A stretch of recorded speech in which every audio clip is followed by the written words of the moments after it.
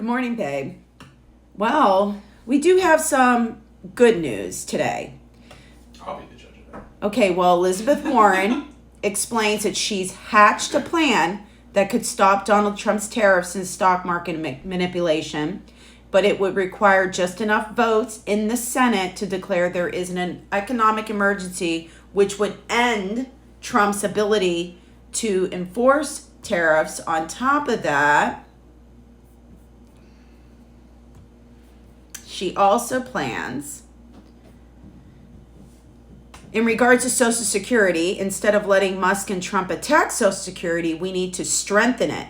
She says, I'm pushing for a temporary increase in benefits right now, and I support a bill to permanently expand benefits by lifting the cap on how much millionaires and billionaires pay into the program. Okay, well, first of all, I guess we'll start with the first thing. The tariffs. Okay, and the market manipulation. You gotta get the votes. That sounds nice. But you still, you might only need a majority. You might only need a simple majority, but you still gotta get it, which means you're still gonna have to have a couple people roll on Trump. And I don't see that happening. This is what the counter argument's gonna be. Well, some of the Republicans have voted against Trump in the past few weeks. Yes, but only performatively when it didn't matter. They only voted against him when those votes didn't matter. Like, if they had already passed what they wanted to pass, then a few of the Republicans jumped ship and voted against Trump. Mm-hmm. We have yet to see any true resistance or any massive pushback on anything Trump does. So yeah, that's great, but I don't know. And even if they do, the damage is done, guys. These countries have moved on. Don't get me wrong, they're still going to sell us stuff and they're still going to do business with us, but it's done. It's like you're in a relationship and your partner punches you in the face. Okay, you might get back together, but you're not where you were and you're never going to be where you were. So it's going to take decades. But you know what? To fix this shit. But hold on. Will it though? Yes. Hold on. Let me just say this. But all these countries also know it's not us and it's not truly our whole government. It's Trump and his administration. It is us. Donald Trump is an embodiment of everything that is wrong and has been wrong with this country. He has just put a face and a label on it. It is us. This is who we are. Get used to it. No, it is. This is who we are. Not everyone, but as a nation, yes. This country is fucked up. And that's why I say, yeah, this sucks.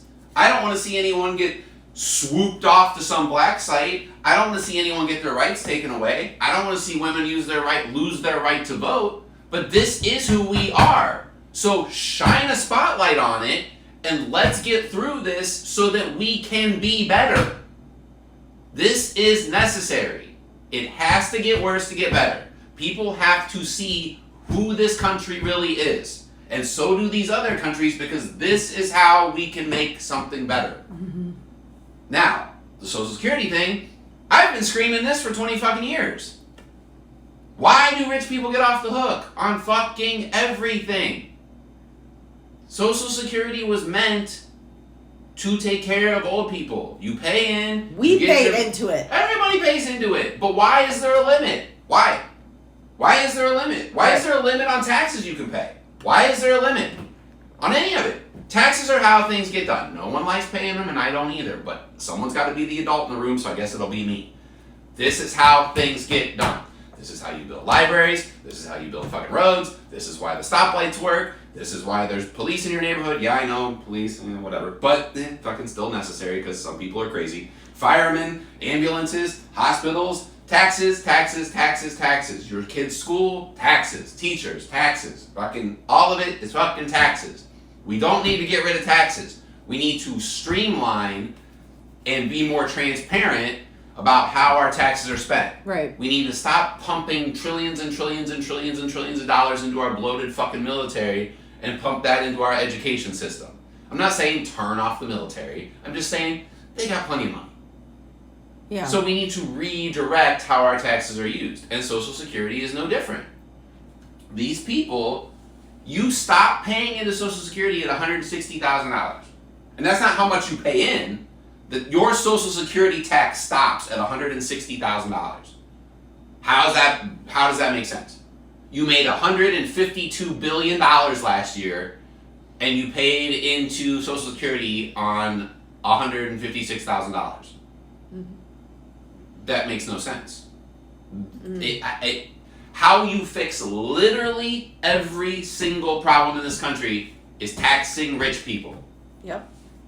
When this country was truly great, and I'm not talking about socially because we've always been racist and backwards and sexist and whatever, but economically, when this country was great, the corporate tax rate was 51%. The highest effective personal tax rate was 91%. So, how do you enact that? I don't know, because the rich people have all the control. So why would they vote against themselves? That's why we're screwed. I don't know.